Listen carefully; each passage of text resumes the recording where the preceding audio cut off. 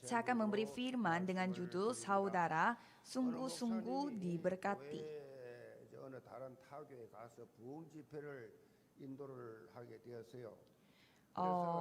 Ada satu cerita yang lucu bahwa ada seorang pendeta pergi ke satu acara KKR, hadir di acara KKR dan memberi cerita-cerita yang lucu sebelum memberi khotbah. Dan pendeta itu memakai cerita-cerita yang lucu tetapi tidak ada reaksi dari jemaatnya. Dan pada saat memberi khotbah pun tidak ada amin sama sekali dari jemaat. Dan oleh karena itu setelah khotbahnya sudah selesai, pendetanya tanya kepada anggota jemaatnya, kenapa tidak memberi reaksi pada saat mendengar khotbah? Adakah masalah? Dan ada seorang jemaat perempuan dan ia mengatakan, saya harus mendapatkan izin dulu dari sinode gereja untuk ketawa. Dan baru kita bisa ketawa. Dan baru saya bisa ketawa. Ini memang cerita lucu, perumpamaan yang lucu, tetapi ini dapat mencerminkan kondisi gereja-gereja di Korea Selatan. Karena begitu banyak gereja Korea yang memiliki sejarah. Sehingga banyak sekali orang-orang yang tidak enakan. Karena mereka tidak enak sama penatua atau jemaat yang lebih lama bergereja di tempat tersebut. Contohnya begini, kalau misalkan ada satu gereja yang paduan suaranya memakai baju yang kelihatannya sedikit kuno, sehingga ada satu jemaat yang mau memberi persembahan supaya ia bisa mengganti semua baju paduan suara itu, tetapi tidak dibolehkan. Jadi, karena itu memang itu harus dicek dulu dari atasan gereja. Dan ada juga satu jemaat yang mau mentraktir makan karena ia telah diberkati oleh Tuhan, tetapi tidak dikasih oleh gereja karena gerejanya mengatakan kita bukan orang miskin yang minta makanan sama jemaat. Jadi sama seperti itu, banyak sekali orang yang saling tidak enakan walaupun di dalam gereja. Dan pada saat ini subvarian dari COVID-19 yaitu Omicron, penyakit COVID ini semakin meluas. Tapi sekarang apa yang terjadi? Subvarian dari Omicron yang bernama Stealth Omicron, yaitu dengan nama lainnya itu BA2 juga muncul lagi. Dan kenapa nama subvarian dari Omicron ini namanya Stealth? Stealth ini memiliki arti bahwa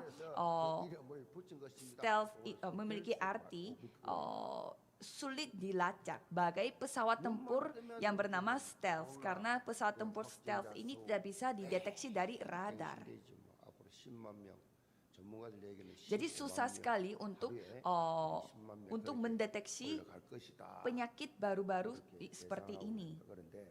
Jadi sekarang kita bisa melihat kondisi COVID-19 ini makin parah dan Korea Selatan pun mencapai tingkat jumlah orang yang kena corona itu semakin banyak dalam sejarah.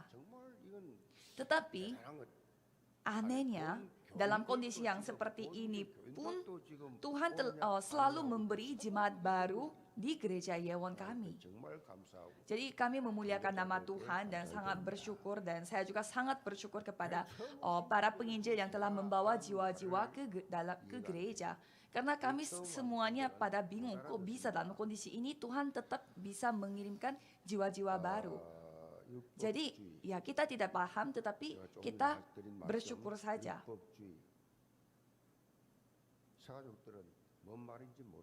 Mungkin jemaat baru mungkin tidak pernah atau jarang mendengarkan yang namanya legalisme. Apakah saudara tahu legalisme itu begitu menakutkan karena itu dapat menghentikan persebaran Injil dan itu dapat menghentikan anugerah Tuhan Allah di dalam gereja sejak zamannya Rasul Paulus dan sampai zaman sekarang. 오직 복음만을 말하는 예원교회 처음 나와서 신앙생활 하게 된 것이 얼마나 큰 Jadi jemaat baru harus 시간이 가면 pasti 알게 될 거예요. dan pasti akan mengetahui betapa bersyukurnya saudara bertemu dengan gereja Yewon yang hanya mengatakan Injil saja. Oleh karena itu saudara tinggal ikuti saja bagaimana gereja Yewon pimpin saudara. Dan pada saat ini setiap minggu kita lagi melihat kitab Roma dan dari sana Rasul Paulus terus menyampaikan kepada kita bahwa kita tidak akan diselamatkan hanya dengan perbuatan manusia. 오직 믿음으로만 Hanya dibenarkan oleh iman. 이 구원의 메시지를 사도 바울이 다각도로 Jadi 그렇게 firman 설명을 하고 있습니다. yang mengandung 오직 keselamatan ini 믿음으로 말미암아 dijelaskan oleh Rasul Paulus. Orang benar akan hidup oleh iman. 사도 바울은 Ada alasannya mengapa Rasul Paulus terus menceritakan tentang firman ini. Karena pada saat Paulus menulis surat Roma ini, penerima surat tersebut hidup di daerah Roma, yaitu orang-orang Yahudi. Dan kalau orang-orang Yahudi, mereka itu sejak kecil mereka belajar hukum Taurat. Tetapi bukan hanya belajar, tetapi mereka menghafalkan hukum Taurat. Jadi orang Yahudi mereka itu sudah memiliki hukum Taurat itu sebagai bawaan fisik mereka sejak kecil. Apa ciri khas dari hukum Taurat? Salah satunya adalah perbuatan manusia. Jadi hukum Taurat yang mereka hafalkan itu mereka harus dibawa dalam perbuatan. Tetapi mereka salah paham di sini, di mana mereka harus mematuhi hukum Taurat itu adalah syarat untuk memperoleh keselamatan. Kalau standar hidup mereka, hidup beriman mereka itu hukum Taurat, itu bisa membawa ke dalam kematian karena mereka suka menghakimi orang lain, menilai orang lain dan menilai dirinya mereka juga memakai hukum Taurat. Oleh karena itu bisa membunuh diri dan juga membunuh orang lain. 유대교를 비롯해서 세상 종교는 싹 다 행함이에요, 행함. 행함으로 절대자를 향해서 나간다.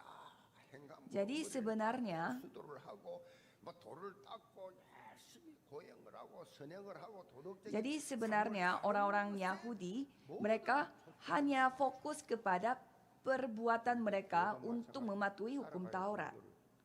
Banyak sekali gereja yang lain juga mengikuti cara yang sama. 근데 Jadi mereka fokusnya hanya pada perbuatan. 세상 종교와는 완전히 다르다. Tapi kalau kekristenan sangatlah berbeda dengan agama seperti ini. 기독교의 복음은 이미 하나님께서 Kalau Injil dari kekristenan itu berbeda karena Injil kekristenan ini dibawa oleh Yesus Kristus yang dikirimkan oleh Tuhan Allah. Dan Yesus Kristus menjadi satu-satunya jalan untuk memperoleh keselamatan. 진리를 Oleh karena itu perbuatan manusia itu sama sekali tidak diperlukan. Pada saat kita percaya, maka kita dibenarkan secara roh dan kita langsung menjadi anak Tuhan. Yang penting percaya kepada firman Tuhan. 사람들은 오히려 믿기를 하지 않습니다. Maka dari itu malah orang-orang susah untuk percaya. Mereka tidak mau percaya. 천국, 영생, 그 믿기만 하면 얻는다고. 너무 Kehidupan kekal. Masuk ke kerajaan sorga. Masa hanya percaya saja bisa memperoleh semuanya itu? Saya tidak percaya. 아무것도 안 했는데 Saya tidak melakukan apa-apa. Masa saya bisa memperoleh kehidupan 믿는 kekal? 것밖에 없는데 Saya hanya percaya saja masa bisa menjadi anak Tuhan itu tidak masuk akal. 버려야 돼. kita harus membuang semua pemikiran seperti ini. 성취해서 Semua orang berpikir kita harus melakukan sesuatu untuk memperoleh sesuatu. Kita harus mencapai sesuatu untuk menerima sesuatu. 구원은 Itu bukan keselamatan. 전혀 그런 게 아닙니다. Keselamatan sama sekali tidak bersifat seperti itu. Yang penting percaya. 선물이다. Karena keselamatan adalah hadiah dari Tuhan Allah. 행위라면 자랑을 Bukan beroleh perbuatan. Kalau melalui perbuatan, kita bisa banggakan. Tetapi Tuhan tidak mau Injil yang kita terima itu dibanggakan. Jadi hanya bersyukur kepada Tuhan Allah, hanya menerimanya, sudah selesai. 하면 Amin. 끝이에요. 그래서 Sudah selesai. 하나님의 Maka keselamatan 절대 은혜다. adalah anugerah Tuhan secara mutlak. 제가 오늘 제목을 제대로 복을 받으셨습니다. Firman Tuhan hari ini adalah saudara sungguh-sungguh telah diberkati. 이 복의 기준이 뭐냐? Ada alasannya mengapa saya menentukan judul ini, 물질이죠. 부, yaitu untuk 명예, 권력, menentukan standar berkat yang benar. 지는 거. Apakah saudara masih berpikir berkat adalah harta benda, kehormatan, kuasa, atau kesuksesan? Ya, semua orang-orang dunia pasti mereka fokusnya kepada hal itu yang namanya berkat. Kejadian pasal 3, Kejadian pasal 6, Kejadian pasal 11. Mereka menilai berkat itu 그게 복이라고. sebagai hal-hal materi, hal-hal yang ada di dalam dunia. Di dalam gereja pun mereka menilai berkat itu berkat duniawi. 인간이 Manusia yang telah meninggalkan Tuhan Allah, 하나님께 돌아오면서 mereka harus kembali kepada Tuhan Allah. Itu adalah berkat terbesar bagi manusia. Kembali kepada Tuhan Allah. Tetapi orang-orang salah paham. 구원 얻는 것이 최고 복이다. Jadi memperoleh keselamatan itu adalah berkat terbesar. Memperoleh kekal itu adalah berkat terbesar. 이 구원의 복, 영생의 Berkat 이 keselamatan, 복, berkat 인생 최고의 kekekalan. 복이고 Itu adalah berkat paling besar dan paling tinggi dan paling dasar. 여기에다가 Tetapi jemaat gereja Yewon 이게 뭐냐? mendapatkan berkat tambahan dari sini. Apa itu? Yaitu saudara setiap minggu menikmati Injil yang sangat murni. Yesus adalah Kristus, penyelesaian atas segala masalah kita. 예수가 그리스도 아멘. 인생의 모든 문제 해결자. Saudara sudah mendapatkan penyelesaian atas segala masalahnya. Jadi sudah selesai. 일어나, 드러나, 병들어도 괜찮아. Jadi walaupun hidup, walaupun mati, walaupun sakit, walaupun bermasalah tidak apa-apa karena saudara sudah menerima Injil. 예수님도 33살까지밖에 안 살았어요. Yesus saja hidupnya sampai umur 33 tahun. 그래가지고 Pada saat saya masih SMA, saya kena penyakit tipes. 집에서 Jadi keluarga saya tidak punya uang. Jadi walaupun saya kena tipes pun tidak bisa pergi ke dokter. 남았어요. Jadi selama 1 bulan 하나님, saya sakit tipes. 내가 19살인데 지금 죽으면 내 Dan 친구들 saya sangat 아무도 예수도 안 kurusan 믿는데 waktu itu. Selama 1 bulan saya sakit tipes soalnya. Jadi saya berdoa kepada Tuhan Allah.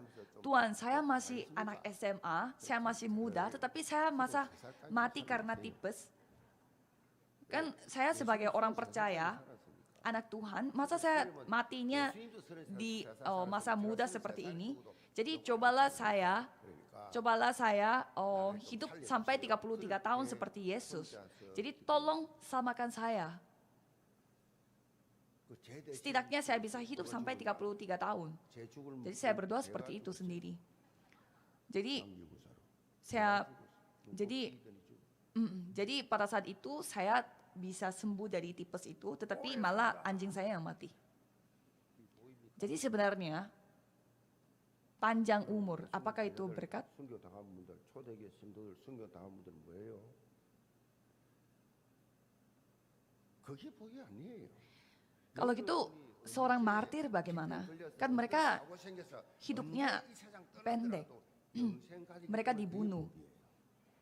Jadi berkat adalah memperoleh keselamatan. Umur panjang, umur pendek itu bukan standar berkat kita. Jadi janganlah kita tidak percaya kepada Tuhan karena kita sakit-sakitan, karena kita bermasalah. Yang penting kita memperoleh keselamatan dan menikmati keselamatan itu. Dan kalau kita disembuhkan oleh Tuhan, ya kita tetap pergi ke kerajaan surga. Dan walaupun kita tidak disembuhkan, ya kita tetap pergi ke surga. Jadi saya berharap saudara menikmati keselamatan, berkat keselamatan ini setiap saat. Hanya Kristus, hanya kerajaan Tuhan, hanya Roh Kudus. Setiap saat. Jadi sudah selesai. Jadi ini masalahnya sudah selesai. Jadi Tuhan Allah yang akan membimbing kita, akan mendatangkan segala kebaikan kepada kita. Coba saudara mengakui pakai mulut saudara. Saudara telah sungguh-sungguh telah diberkati. Saudara telah diberkati.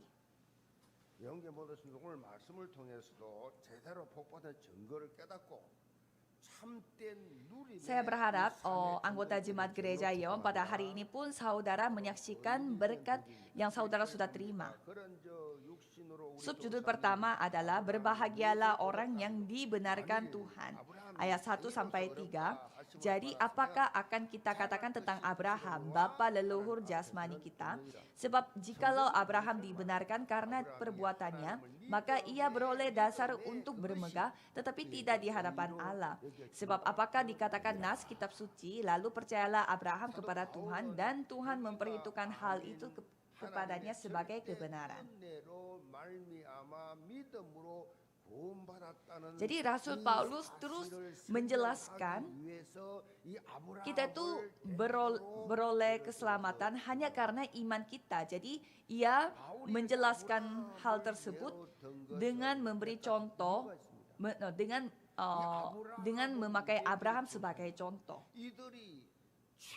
Jadi ada beberapa alasan kenapa Rasul Paulus memakai Abraham sebagai contohnya.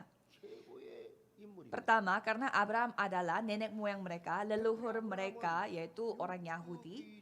Dan orang Yahudi sangat paling menghormati dan menghargai Abraham. Apalagi Abraham adalah seorang tokoh Alkitab sebelum Musa. Sehingga paling cocok untuk menjelaskan kebenaran oleh imam. Mengapa? Karena hukum Taurat itu baru muncul setelah Abraham. Jadi 500 tahun setelah Abraham, baru hukum Taurat itu diberi oleh Tuhan Allah.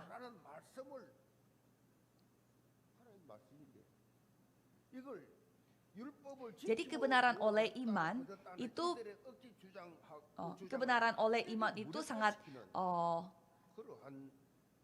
dikuatkan oleh tokoh Alkitab yang bernama Abraham, karena pada saat zamannya Abraham belum ada hukum Taurat. Jadi kalau misalkan kita dibenarkan oleh hukum Taurat, Abraham tidak mungkin ia memperoleh keselamatan karena ia hidupnya sebelum ada hukum Taurat. Kalau kita melihat Kejadian 15, kalau kita melihat Kejadian 15 dari ayat 6, di sana Rasul Paulus memakai lagi untuk Roma 4 ayat 3, yaitu sebab apakah dikatakan nas kitab suci, lalu percayalah Abraham kepada Tuhan, dan Tuhan memperhitungkan hal itu kepadanya sebagai kebenaran. Jadi bukannya perbuatan dari kita memperoleh iman kita, tetapi pada saat kita percaya, ya sudah, itu diperhitungkan sebagai kebenaran. Kita bisa melihat dari bilangan 21, kalau di sana rakyat Israel, mereka tuh bersungut-sungut pada saat mereka hidup di tengah padang gurun, karena mereka hidupnya susah payah. Pada saat mereka susah payah dan mereka tidak percaya kepada Tuhan Allah karena Tuhan tidak memberkati mereka, Tuhan menilai mereka, menghakimi mereka dengan mengirimkan ular api. Dan Musa bertobat kepada Tuhan Allah dan minta maaf kepada Tuhan Allah, bertobat. Tuhan memberi cara keselamatan itu sangatlah gampang, sangatlah sederhana. 우리 백성이 하나님 앞에 원망과 용서하여 좀 회개 간구하니까 하나님이 구원의 방법을 딱 Jadi pada saat Musa bertobat dan Tuhan memberi jalan keselamatannya seperti bagaimana? Sangat sederhana, yaitu membuat ular tembaga dan taruh kepada sebuah tiang. Dan kalau orang-orang melihat ular tembaga itu, mereka akan diselamatkan oleh Tuhan Allah. 쳐다본 사람들은 Jadi orang-orang yang melihat ular tembaga itu, mereka pasti akan disembuhkan oleh Tuhan. Jadi begitu sederhana. 말도 안 소리예요. Jadi banyak orang yang tidak percaya. Masa jadi masa melihat saja dapat disembuhkan oleh Tuhan. Jadi kalau kita melihat Bilangan 21 ayat 9, kita bisa melihat ini adalah perumpamaan untuk menggambarkan insiden kayu salib. Lalu Musa membuat ular tembaga dan menaruhnya pada sebuah tiang. Maka jika seseorang kalau seseorang dipagut ular, maka ia memandang kepada ular tembaga itu, tetaplah ia hidup. 단순히 믿은 사람은 다 Jadi orang yang percaya akan firman ini dan melihat ular tembaga, mereka hidup. 사람들이 많이 속는다 이 Jadi kita sangat sederhana. 뭔가를 Jadi kita percayalah dengan sederhana, dengan simple. Jangan berpikir susah-susah seperti harus melakukan sebuah perbuatan, harus membuat sebuah hal yang spesial, istimewa, supaya mereka bisa memperoleh keselamatan yang istimewa. Tidak ada yang seperti itu. Jangan salah paham.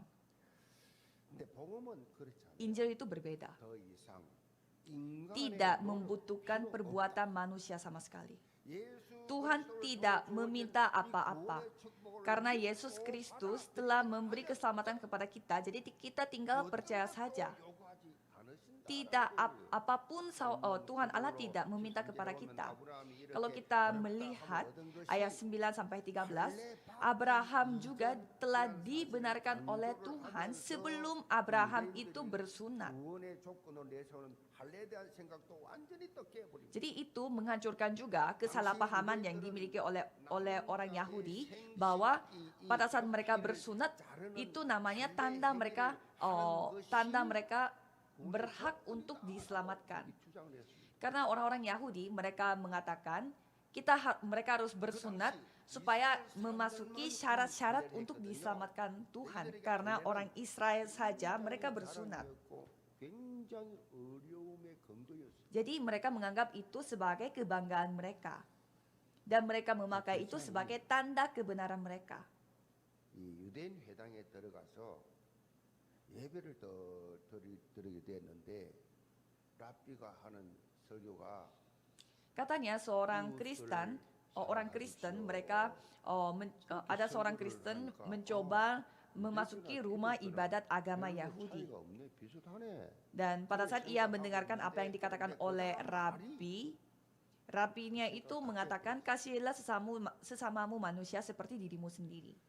Jadi orang Kristen ini berpikir ternyata agama Yahudi itu mirip dengan agama Kristen. Tetapi setelah Rabi ini mengatakan kelanjutannya, orang Kristen itu baru sadar ternyata berbeda. Karena Rabinya itu mengatakan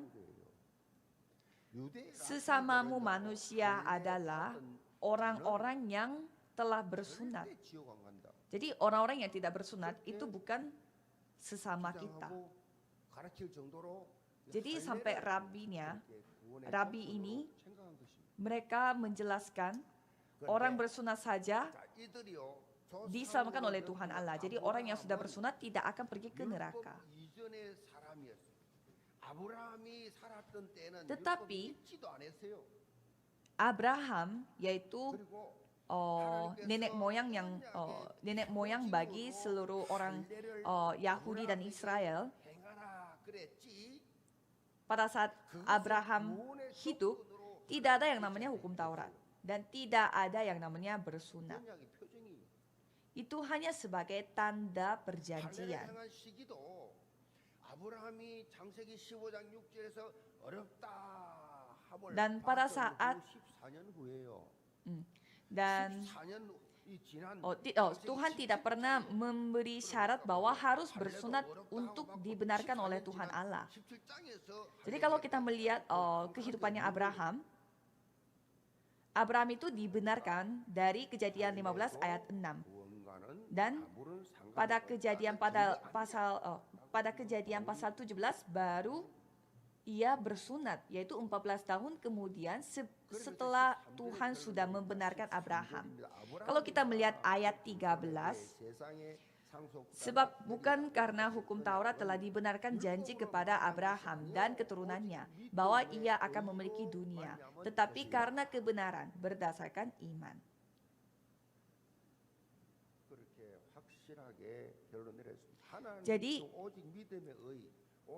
Jadi Rasul Paulus telah mengambil keputusan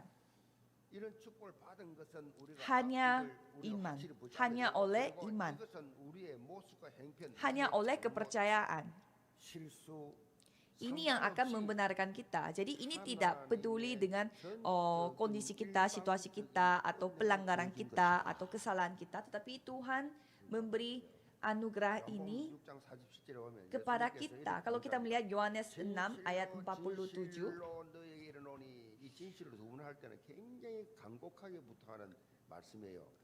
Aku berkata kepadamu, sesungguhnya barang siapa percaya, ia mempunyai hidup yang kekal. Ia sudah mempunyai hidup yang kekal. Jadi di sana tidak dikatakan ia akan mempunyai hidup yang kekal, tetapi ia sudah mempunyai hidup yang kekal. Jadi apakah Tuhan Allah itu adalah Tuhan Allah yang suka tidak jadi memberi berkat atau tidak jadi memberi kehidupan yang kekal? Tuhan sudah memberi keselamatan itu kepada kita. Kalau kita percaya, amin. Saudara sudah memiliki kekal. Janganlah saudara ditipu oleh agama-agama yang lain yang mengatakan bahwa katanya kita belum diselamatkan oleh Tuhan Allah. 감리교, 순복 다 알미안주예요. 알미안주의가 뭐냐? 칼빈주의하고 다른 것은 칼빈주의는 믿음으로 구원한다.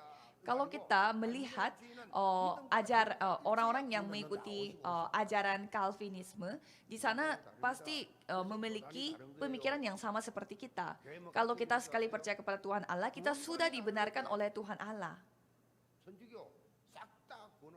Coba kita melihat agama-agama yang lain. Mereka semuanya meminta perbuatan. Belum kita diselamatkan. Kita harus coba dulu. Kita harus melakukan perbuatan dulu. Kita harus melakukan sebuah pengabdian dulu. Baru kita bisa melihat apakah kita layak untuk diselamatkan atau tidak.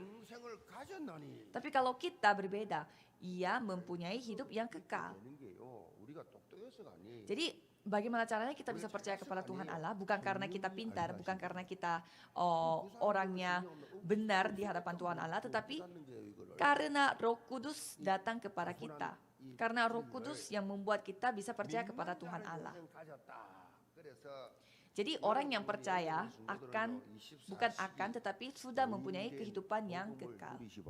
Jadi nikmatilah Injil yang sudah membenarkan saudara. Jadi saatnya saudara membuat untuk sebuah karya hidup yang luar biasa dengan Injil tersebut. Subjudul kedua adalah berbahagialah orang yang dibebaskan sepenuhnya. Kalau kita melihat ayat 4 dan 5, di sana berkata, kalau ada orang yang bekerja, upahnya tidak diperhitungkan sebagai hadiah, tetapi sebagai haknya. Tetapi kalau ada orang yang tidak bekerja, namun percaya kepada Dia yang membenarkan orang durhaka, imannya diperhitungkan menjadi kebenaran.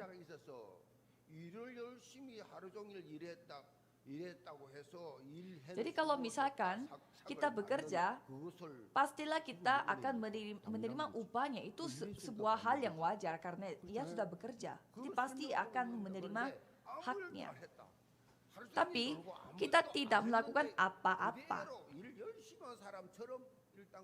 Kalau kita tidak melakukan apa-apa tetapi kita telah menerima upahnya, itu bukan sebuah hak. itu dikatakan apa? Yaitu anugerah, 그러죠. hadiah. 안에서 아무 행동도 없는데 Saya tidak melakukan apa-apa, tetapi saya telah menerima hadiah. Jadi saya tidak merasa tidak enak. Bagaimana caranya kita menerima gaji kalau kita tidak melakukan apa-apa? Pasti ia akan menganggap itu sebagai hadiah. Dan kalau misalkan kita bekerja begitu susah payah di dalam perusahaan, tetapi tidak dikasih gaji, ya kita bisa membuat demo. 그 사장이 보면 어떻게 보여? 예수님처럼 보이지. Tetapi kalau misalkan kita tidak melakukan kerja apa-apa, kita cuti 1 bulan, tetapi tiba-tiba kita dikasih gaji untuk 1 bulan itu. Kalau gitu pasti kita akan terharu sama bosnya. 지금 이 바울이 하면서 가장 이 우리가 구원받은 거는 감사. Jadi itu yang 넘칠 뿐이다. digambarkan, 감사할 뿐이다. itu bentuk contoh yang dikasih oleh Rasul Paulus. Jadi sama seperti itu. Bagaimana caranya kita orang berdosa bisa dibenarkan oleh Tuhan Allah? 실은 죄진 것밖에 없는데 Padahal apa yang kita lakukan itu hanya pelanggaran dan melakukan dosa. 자격이 없는 나에게 Kita tidak bersyarat untuk kita tidak memenuhi syarat untuk diselamatkan oleh Tuhan. Kita tidak berhak untuk dibenarkan oleh Tuhan Allah, tetapi Tuhan telah memberi hadiah kepada kita. Jadi kita tinggal terima saja dengan rasa syukur. 아무것도 한거 없지만 Itu kehidupan kekal. 예수 그리스도의 Jadi 십자가의 seperti 대속으로 ayat 되신 25, 것과 좋기 때문에 믿기만 하면 melalui kayu salib Kristus Yesus, kita telah dibenarkan oleh Tuhan Allah. Melalui penyaliban dan melalui kebangkitan, kita telah dibenarkan oleh Tuhan Allah. Jadi kita harus bayar berapa untuk diselamatkan oleh Tuhan Allah? 그냥 어떻게 들어갑니까? 그 어마어마한 그것도 100년, 200년 Ya, jadi bagaimana caranya kita bisa hidup dengan kebenaran ini kalau tidak melalui Tuhan Allah? Dan kita akan pergi ke kerajaan sorga yang bersifat kekal. Jadi kita harus bayar berapa kalau itu diperhitungkan dengan uang? Ya tidak bisa dihitung. 그래서 하나님이 Maka Tuhan 믿으면 hanya menyuruh kita untuk percaya. 널 줄게. Kalau gitu, kamu akan pergi ke sorga. 아주 단순한 말이에요. Sangat sederhana, sangat simple. 그러면서 사도 바울은 아브라함 외에 율법이 주어진 이후에 살았던 Dan 또 다른 Rasul 땅을 Paulus 통해서 juga 어렵다 memakai tokoh Alkitab yang lain untuk menjelaskan kebenaran oleh iman, yaitu Daud. Kalau kita melihat ayat 6 sampai 8, seperti juga Daud menyebut bahagia orang yang dibenarkan Allah bukan berdasarkan perbuatannya. Berbahagialah orang yang diampuni pelanggaran-pelanggarannya dan yang ditutupi dosa-dosanya. Berbahagialah manusia yang kesalahannya tidak diperhitungkan Tuhan kepadanya. Karena kita sudah berbuat dosa, tetapi Tuhan mengatakan tidak ada dosanya.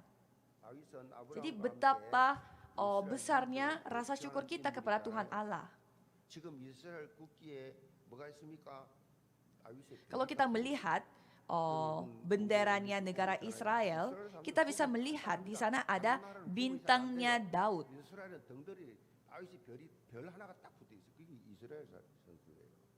그 정도로 다윗을 존경하고 그렇게. Jadi sampai orang-orang Israel mereka menggambarkan bintangnya Daud di dalam benderanya mereka. Mereka begitu bangga terhadap tokoh Alkitab yang bernama Daud ini. Dan Rasul Paulus menjelaskan bagaimana Daud dibenarkan oleh Tuhan melalui kepercayaan di Mazmur 32. Dan kalau kita melihat Mazmur 32 di sana, Daud itu berdosa dan ia mengalami penderitaan. Tetapi di dalam tengah penderitaan itu ia menyadari satu hal, bahwa ia berusaha mati untuk keluar dari dosa ini. Dia tidak bisa tidak berdosa. Tetapi pada saat ia mengakui akan kesalahan kita dan pelanggaran dia, ia telah menerima pengampunan yang mutlak dari Tuhan Allah. Jadi Daud itu mengakui bahwa dirinya adalah orang yang sudah diampuni oleh Tuhan Allah. Jadi bukan karena Daud itu seorang raja yang luar biasa atau raja yang maha kuasa, atau raja yang terkenal pada saat itu, tetapi hanya karena Tuhan Allah yang memaafkan ia, yang mengampuni dia, maka dibenarkan oleh Tuhan Allah. Kalau kita menjalankan kehidupan beriman, biasanya kita tidak enak akan apa, yaitu rasa bersalah kita atas dosa kita, atas pelanggaran kita. Pada saat saya masih kecil, pada saat saya belum nikah, saya berdosa seperti ini. Dulu saya berdosa kepada suami saya, dulu saya berdosa kepada istri saya. Jadi semuanya memiliki rasa berdosa. Jadi itu bisa membuat kita menderita seperti semacam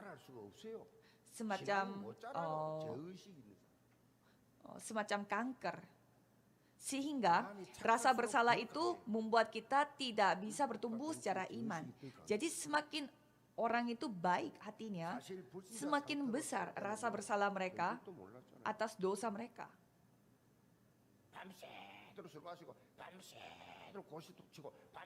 Jadi orang yang suka minum-minuman, orang yang suka berjudi, dan orang yang suka melakukan dosa sepanjang hari dan seumur hidup. Tetapi ya kita tidak tahu apakah itu dosa atau tidak. Jadi sama seperti itu, banyak sekali orang yang tidak menyadari bahwa apa yang mereka lakukan itu berdosa. Coba kita melihat orang-orang di luar sana yang menyembah berhala, mereka tidak mengetahui bahwa mereka sedang berdosa. Jadi pada saat kita menyadari bahwa kita itu adalah orang berdosa, apa yang kita lakukan itu hanyalah dosa. Jadi pada saat kita melihat diri kita yang berdosa, apa yang kita harus lakukan? Kita tidak boleh kecewa, kita tidak boleh menyerah. Oleh karena itu kita harus berkembang, kita harus. Jadi janganlah kita hidup di dalam rasa bersalah, tetapi cobalah perkembangkan diri hanya dengan firman Tuhan. Kalau itu Tuhan Allah yang akan membantunya. Kalau kita melihat Roma 8 ayat 1 sampai 2, di sana Rasul Paulus terus Rasul Paulus terus mengatakan kepada kita bahwa janganlah kita hidup di dalam rasa bersalah. 주로 서리권 전과가 다 있는 사람들이 대부분이잖아요. 출근하는데 서리하는데 내가 이렇게 보니까 서리를 하는데 그 모습을 지금도 잊을 수 없어요. Jadi pada saat saya masih kuliah, saya pernah melihat ada seorang pencuri lagi mencuri dompetnya seseorang di dalam bus. 그 얼굴 모습이 불안감, 불안 속에 있는데 그 모습을 저는 그거 보고 Jadi saya sangat shock melihat wajahnya seorang pencuri itu. Dia itu kelihatannya sangat hidup di dalam di dalam rasa was-was dan ketidakdamaian, dan sampai kayak keringatan di kepala, dan dia kelihatannya sangat ketakutan. Tetapi ia sedang lagi mencuri dompet. Ia lagi mencuri dompetnya seseorang. 신앙생활을 하면서요, 여러분이 신앙생활하면서 너무 마음이 차고 양심 있고 왔어. Jadi saya melihat kita hidup di dalam rasa bersalah itu seperti pencuri ini. Coba saudara bayangkan, apakah kita benar-benar orang benar? Karena Alkitab mengatakan bahwa kita melirik mata aja itu udah berdosa. Dan kita memiliki hati atau pikiran yang aneh-aneh pada saat kita melihat seorang perempuan yang cantik saja, itu sudah berdosa. Itu sudah berzina. Itu firman Tuhan. Kita hanya berpikir saja itu berzina. Kalau kita membenci saudara kita, itu sudah berdosa. Kalau kita hitungnya pakai firman Tuhan seperti ini, kita berdosa sebanyak apa setiap hari. Karena manusia 24 jam katanya kita memikirkan 100.000 sampai 200.000 pikiran kita. Dan 90% dari 200.000 pikiran kita itu bersifat dosa. Kita orang berdosa, kita tidak bisa hidup tanpa dosa. 바울은 말합니다. Tetapi Rasul Paulus mengatakan bahwa dari Roma 8 ayat 1 bahwa demikianlah sekarang tidak ada penghukuman bagi mereka yang ada di dalam Kristus Yesus. Roh yang memberi hidup telah memerdekakan kamu dalam Kristus dari hukum dosa dan hukum maut. 하나님이 어렵게는 누가 누굴 비판해요? Jadi Tuhan Allah yang membenarkan.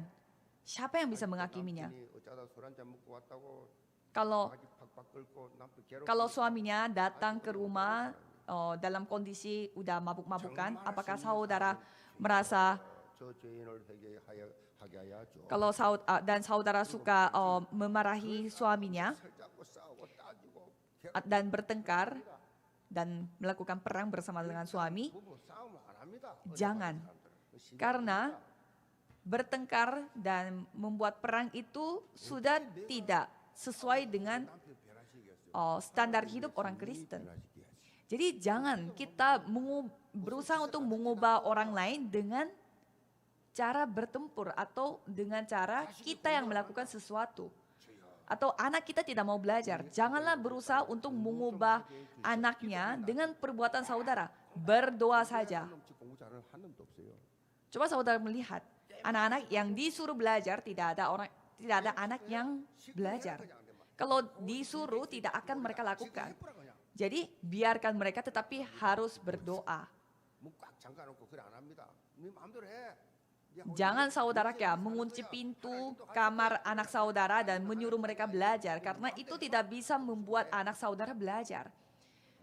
Titipkan saja anaknya saudara kepada Tuhan Allah. 솔직히요 공부 열심히 해갖고 잘 공무원 되면 55, 60 다 나가야 돼요. Sejujurnya, 공부 안 해갖고 꼴통지기다가 저 용산 전자고 상가 가서 전문 생활을 하면요 그 사람 80, 90까지 사장 될 수 있어요. sejujurnya, coba saudara berpikir sebenarnya apa kesuksesan anak kita? 모릅니다 사람. Apakah anak kita sudah jadi pintar dan masuk universitas yang bagus dan masuk kerja yang bagus, tetapi ya suatu saat mereka harus pensiun. Jadi kita tidak tahu apa yang paling baik untuk anak kita. Oleh karena itu titipkan kepada Tuhan Allah. 하나님을 Saint Augustine ia mengatakan hal ini. Kasihilah Tuhan Allah dan lakukanlah apa saja yang menurut kamu enak. 하나님을 믿는다 하면 네 마음대로 해라. Kalau kamu percaya, ya kamu lakukan apa mau kamu. 막가는 얘기입니까? Apakah ini maksudnya kita hidup mau kita? 그것도 아무나 하는 줄 아세요? Apakah menurut saudara orang yang hidupnya seenak-enaknya itu emang benar-benar hidupnya seenak-enaknya dia? 삶의 현장에서 마음껏 누려라. Bukan gitu maksudnya. Kalau kita telah memiliki kebebasan sejati yang telah diberikan oleh Injil, cobalah saudara nikmati itu di ladang kehidupan saudara. Jadi hanya melihat hanya Yesus Kristus. Kalau misalkan saudara fokusnya kepada hal yang lain bukan Yesus Kristus, itu akan menjadi penderitaan. 운동도 좋아하고 영화도 좋아. 어, 여행도 좋아하고. Kesimpulannya adalah saya suka nonton 들어가가지고 film 내가 보고 싶은 영화를 수백 dan saya suka olahraga. 나오니까 Dan kalau saya punya waktu, saya suka nonton Netflix. Dan saya suka nonton kalau misalkan ada satu film seru, saya akan nonton sampai selesai. Tapi kalau tidak seru, saya tidak nonton sampai selesai. Dan kalau saya melihat orang yang suka nonton film seperti saya, kayaknya tipenya ada dua. 그렇게 보는 사람이 Tipe pertama adalah orang yang suka menonton film itu dari pandangan tokoh utama dari film itu, dan satu tipenya lagi adalah orang yang suka nonton filmnya itu sebagai dari pandangan 무슨 차이가 있냐? orang kayak kritikus 주인공 film. 입장에서 영화를 보는 사람은요, 그 주인공과 함께 Jadi ada perbedaannya dua tipe ini. Kalau orang yang nonton film itu dari pandangan tokoh utama, ia suka nangis, ia suka ketawa karena ia mengalami cerita film itu seperti ia sendiri yang mengalaminya. Tetapi kalau orang yang nonton film itu dari pandangan kritikus, ia suka menilai filmnya itu Jadi ia suka menilai film ini kayak bagian ini bagus, kalau bagian ini jelek. Jadi tidak menikmati film apa adanya. Jadi secara rohani pun sama. Pada saat kita mendengarkan firman Tuhan, apakah saudara mendengarkannya itu sebagai tokoh utama atau sebagai kritikus firman Tuhan Allah? Jadi orang yang suka menghakimi dan menilai khotbah tidak akan menerima anugerah, tidak ada pertumbuhan secara rohani. Menilai ini, menilai itu. Janganlah saudara hidup seperti itu. Orang-orang Yahudi seperti itu. Orang-orang Israel seperti itu. Suka melihat segalanya sebagai kritikus.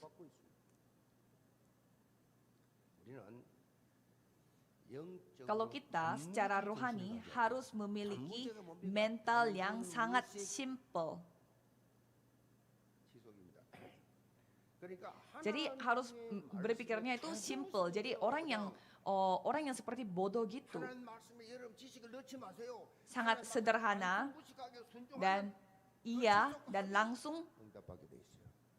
langsung iyain aja dan langsung setia aja dan terus-terusan hidupnya simple seperti itu kepada Tuhan Allah. Semakin banyak kita berusaha untuk menghitung ini, menghitung itu lebih kacau. Tapi kalau kita benar-benar sederhana, percaya kepada Tuhan Allah dan setia kepada firman Tuhan, itu baru hidupnya sangat enak. Itu adalah kehidupan CVDIP dari perjanjian sampai praktek. Mari kita mari kita berdoa untuk mengakhiri firman ini. Tuhan tolong berkatilah anggota jemaat gereja Ewon supaya mereka dapat menyadari betapa berbahagianya mereka, betapa diberkatinya mereka sebagai anak Tuhan. Dan tolong berikanlah mereka kehidupan yang penuh dengan kebebasan mereka sebagai orang yang sudah dibenarkan oleh Tuhan hanya karena iman.